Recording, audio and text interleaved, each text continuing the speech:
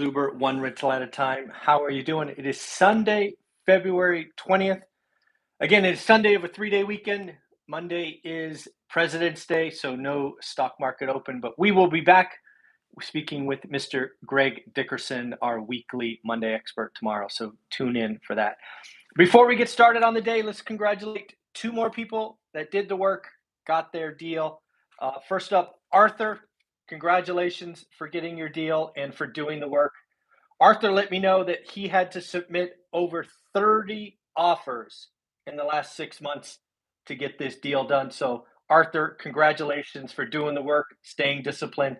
I know this market is not easy, but it is worth it. So, congratulations, Arthur. Your card will go out in the mail today. Actually, I guess Tuesday, because they're not going to pick up today or tomorrow. Or Suhas, congratulations for getting your deal. I think you said this is number 12 for you, maybe 11. I forget.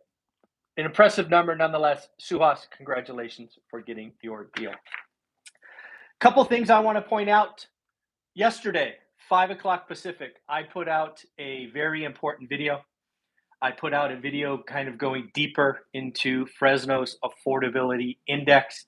I understand that I'm in a special place because California puts this out and I can collect this data all the way back to 1980. But if you watch that video, I believe most of you can recreate it for your area. Sure, your index may not be 0 to 100, maybe it's 0 to 200. Maybe you have to calculate your own variation. Keep in mind, median price, assume a standard deposit of either 10 or 20%, either way, but don't change that, and get area median income. That last one is, when my research, the hardest to get, because you are not, in my example, looking for California median income or LA median income. You are instead looking for, in my example, Fresno County median income. That video going back to 1980 clearly shows you a couple of things. First, when affordability crashes, which means less and less, and yes, less and less people in your area can afford to buy the average home. That video, that data, that information is what I used in one rental at a time to sell my houses. Folks, I am not a perma bull single family homes. I am a data driven individual. In my market, Fresno affordability crashed in, I think it was 2005, 2006. You have all the data in the video. So we 1031'd out of all of our houses. It is not about price. These people talking about price are doing you a disservice. Do the work. Fresno County today, median price is $350,000. That is nearly $100,000 over last peak. To watch the kids in their mom's basement talk about this, it should crash. But when you look at price, rate, and income, you will see very clearly that while Fresno is on the lower end of affordability at 40%, it is by no means 20%. There is a lot of room in price, interest rates, and the big thing is income. What we are going to do at the close of this video is we are going to do math. If you want to play along, get a piece of paper because we are going to do math together.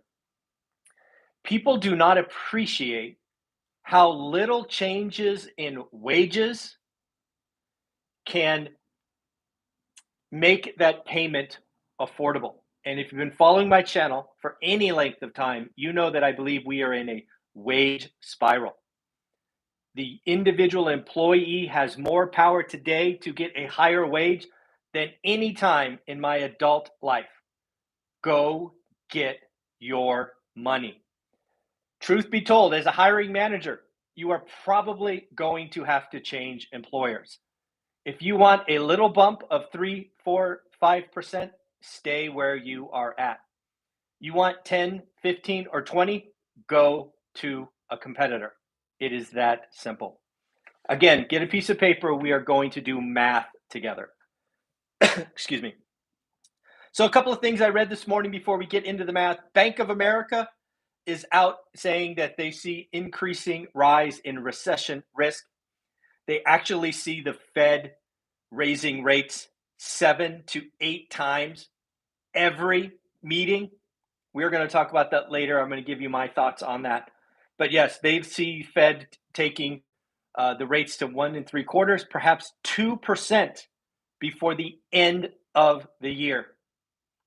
Yes, folks, that will dent real estate, commercial real estate. When you have to refi, it will hurt stocks, all of that. Again, they are most bearish on technology stocks and credit-based stocks. Peloton, interesting article from Peloton's new CEO. And what I want you to ask yourself is, how many companies in the last 2 years did the same thing? Peloton's new CEO, quite simply, the company spent dollars and time on things that didn't matter. Said another way, Peloton got high on their own supply. Think Zoom, think Netflix, think all of these companies who had a good 2-year run. They got enamored with their stock price and they got lazy, or they let their egos do more. There are companies that lost out on building industrial strength balance sheets that will have to sell themselves or go out of business. In essence, Peloton got caught in the halo and stopped doing the work. Again, from Peloton's new CEO. Pretty harsh, yeah, but I would say accurate. Wall Street is now expecting inflation to take down asset prices, and most specifically, it will cause companies to delay deals. Folks, if you remember, like we talked about, I think it was Microsoft buying Activision. Right now, because a lot of those deals are done with debt, there will be a lot of deals that don't get done as they figure out where the debt market is going. Wells Fargo had an interesting article about credit spreads widening. Folks, on Friday, we had Stephen Dow from Velocity Mortgage talk about the, what did he call it? The floor rate, base rate? A floor rate, I think. How all non-QM lenders have seen their floor rate rise. That is because credit spreads are widening. The people that are buying these securitized debt, frankly, want a higher rate. So if you didn't know where the Fed meetings are coming up, let me give you the dates right here. The next one is March 15th and 16th. Then May 3rd and 4th. June 14th, 15th. July 26th, 27th. That's 3 months in a row. Those would be some interesting months to watch. Then we have September 20th and 21st, November 1st and 2nd, and finally December 13th and 14th. Given that Bank of America thinks we are going to do a 1/4 point at each of these, I thought I would give you what I am thinking. Again, this is a complete guess. My crystal ball is as broken as yours, but this is what I see. I see 50 basis points in March. My thoughts on that haven't changed in 6 months. I see a follow-on 25 basis point move in May, and then a 25 basis point move in June. We will go up 1 point by the middle of June. Then, just because, I think July they will take a break, followed by September and November, both being a 1/4 point. So I see 1.5 points in 2022, followed by a point in 2023. I might sneeze. So these are the things that I see coming. Why is that?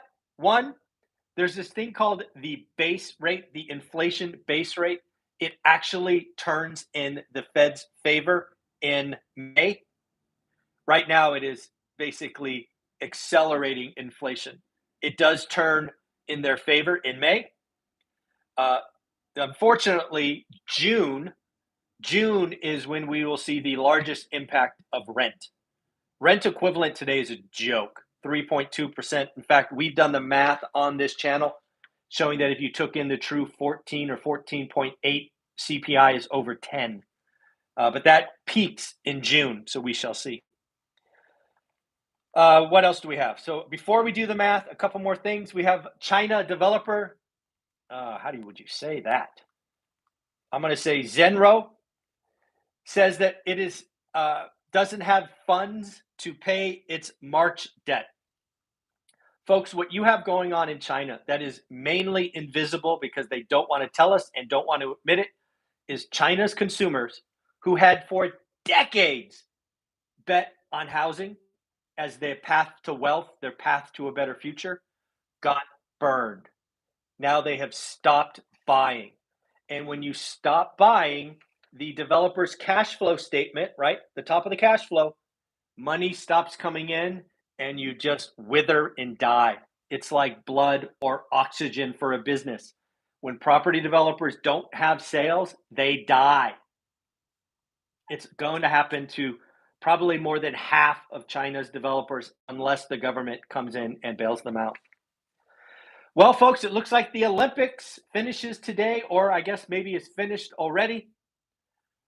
Lots of talking heads on TV have said Russia is going to wait until the Olympics over so that it doesn't hurt his friend. Well, guess what? It's over. Also, remember what we talked about on Friday, the bond market was sending a pretty clear signal that they thought something would happen.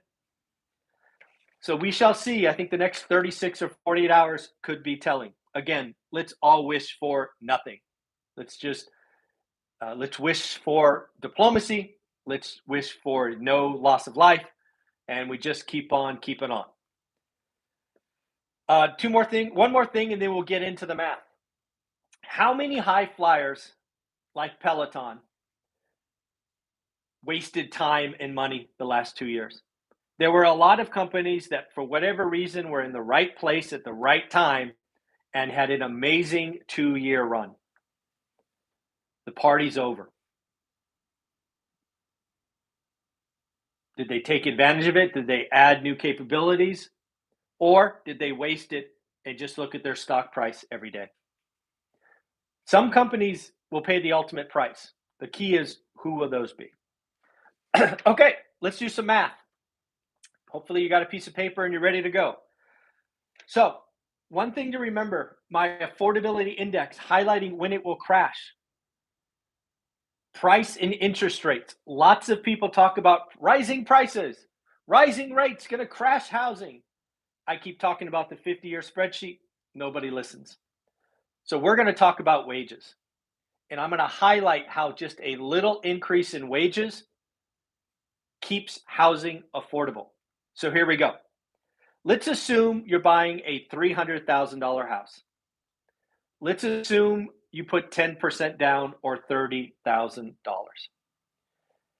If a year ago or 6 months ago you got a 3.2% interest rate, your fully burdened principal and interest, not taxes, not insurance, just PI, principal and interest, would have been $1,431. Simple math, you can pull out a mortgage calculator and check it for yourself. Let's assume that you missed 3.2%, but you want to buy the same $300,000 house with the same 10% down, and now your rate is 4.2%. Your payment goes up to $1,584, or a rise of $153 a month. I'm not done. Let's raise it one more time. Let's raise it from 4.2% to 5.2%. Same 300K house, same 10% down. At 5.2%, your payment now is $1,746, or an increase of $162 over your 4.2%. So together, what is that? $315 if you were going up 2 points. So now let's do some math and realize, hey, how much of a wage increase do I need to afford those new payments? Because again, Price and rising rates are two of the three variables we should be talking about. So we'll do the first one together. $153 a month was if it rose from 3.2 to 4.2. Simple math. $153 times 12, right? There are 12 months in a year, equals 1,836 extra dollars that you have to take out of your checking account to pay your mortgage. Okay, right? Got to remember that is net, not gross. So you've already paid taxes. Let's take that 1836 and assume you pay 20% taxes. So the gross amount would be $2,295. Okay? Basically 1836 is net. I want the gross. So I take 18.36 divided by 0.8 gets me the gross number of $2,295. I need my income to go up $2,295. But wait, I want it to go up not by just $295. I want it to go up by 50% more than $2,295. So if you take $2,295 times 1.5 equals $3,442.50. Why is this important? Because this. How much more do you need to make to earn $3,442.50? The answer, folks, all you need is a raise of $1.66. It is simple math. Are you getting a $1.66 raise this year? If you did, you can afford 4.2%. It's $1.66 an hour. That assumes full-time 2,080 hours a year. It's not that much. This 5, 6, 7% wage increase people are getting, you can still afford, and it's going to drive these negative YouTubers crazy. They don't like math. But wait, what if rates go to 5.2%? Same math, right? 5.2% equals $162 a month times 12, $1,944. That grossed up with taxes goes to $2,430. $2,430 times 1.5, because you want to make more than just the payment, equals $3,695. Well, folks, in order to go from 4.2 to 5.2%, you need a whopping raise of $1.75 an hour. Folks, if we have zero wage inflation, yes, housing is going to get unaffordable. Do you think we're going to have zero wage growth this year? We are going to have probably record wage growth this year and probably record wage growth next year. If you are calling for a housing crash because you are looking at price and rates and not appreciating how little moves in wages can keep housing affordable, you are not paying attention. It is simple math. And I would argue most people who could qualify to buy a home in 2020, most people will get a $1.66 raise this year. Shoot, I think most people will get a $3 raise this year. It is simple math. It is simple math. Hope you have a wonderful Sunday, folks. Again, that video yesterday talking about when a housing crash is coming, it is all about affordability. I hope you have a wonderful day, wonderful Sunday. We will be back at it tomorrow. I think we're talking to Todd Baldwin and Dan later today. Have a wonderful, wonderful day. Bye-bye.